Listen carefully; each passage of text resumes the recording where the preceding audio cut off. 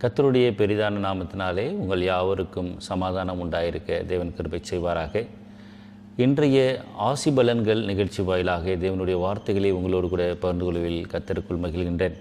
இந்த நாளிலும் ரூத்தின் புஸ்தகம் 2ஆம் அதிகாரம் 12வது வார்த்தை இப்படியாய் சொல்கிறது: உன் செய்கைக்கு தக்க பலனை கர்த்தர் உனக்கு கட்டளையிடுவாராக. உன் செய்கைக்கு தக்க பலனை கர்த்தர் உனக்கு கட்டளையிடுவாராக.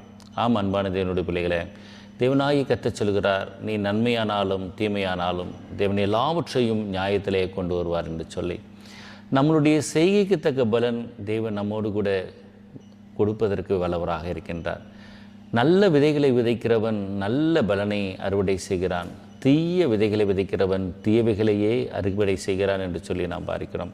இந்த நாளிலும் நம் காலை வரையில் எழுந்து நம்மளுடைய கடமைகள் எல்லாம் செய்ய நாம் புறப்படுகிற பொழுது ஆண்டவர் நம்மளுடைய எல்லா செய்கைகளையும் பார்த்து கொண்டு இருக்கின்றார் என்ற மனதின் எண்ணத்தோடு நாம் சொல்வோம் என்று சொன்னார், நாம் இயன்றோருக்கு உதவிகளையும் தேவைப்படுகிறவர்களுக்கு நன்மைகளையும் செய்து நம்மளுடைய செய்கைகளை தேவனுக்கு முன்பதாக உத்தமமாய் நாம் நடக்கின்ற பொழுது அதற்குண்டான பலனை தேவன் நமக்கு தர வல்லவராக இருக்கின்றார்.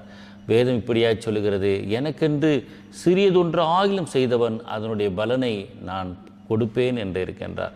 ஆண்டவர் ஒரு கலசம் தண்ணீர் கூட மனிதரிடத்திலே அவர் கடன் பற்றி கொள்வதற்கு அவர் விரும்பவில்லைங்க. அதுக்குண்டான தக்க பலனை கொடுக்கின்றார். ஏழை ஒருவனுக்கு, திக்கற்ற பிள்ளைகளுக்கு எதை நீங்களே செய்கிறீர்களோ அதை எனக்கே செய்தீர்கள் என்று சொல்லுகிறார். அன்பான தேவனுடைய பிள்ளைகளை, நல்ல செய்கைகளை செய்து தேவனுடைய சமூகத்தில் வந்து நல்ல பலனை இந்த நாளிலும் பெற்றுக்கொள்ள தேவன் தாமே நம்மை வழிநடத்துவாராக. தேவ கிருபையும் அவர் சந்தோஷமும் அவர் சமாதானமும் இந்த நாளிலே நம்மை ஆண்டு கொள்வதாக. ஜெபிப்போமா.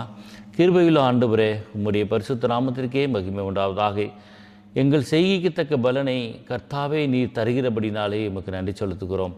நாங்கள் எல்லாரோடும் சமாதானத்தோடும் நற்செய்கை செய்கிறவர்களாக வாழ்ந்து உம்முடைய சமூகத்தில் நற்சாட்சிகளை பெற்று நல்ல பலனை அடைய இந்த நாளிலும் உம்முடைய பிள்ளைகளாக எங்கள் யாவரையும் ஆசீர்வதிக்க வேண்டுமாய் மீட்பெரும் இரட்சகருமாகிய இயேசுவின் நல் நாமத்தின் மூலமாய் வேண்டிக் கொள்கிறோம், ஜீவனுள்ள நல்ல பிதாவே.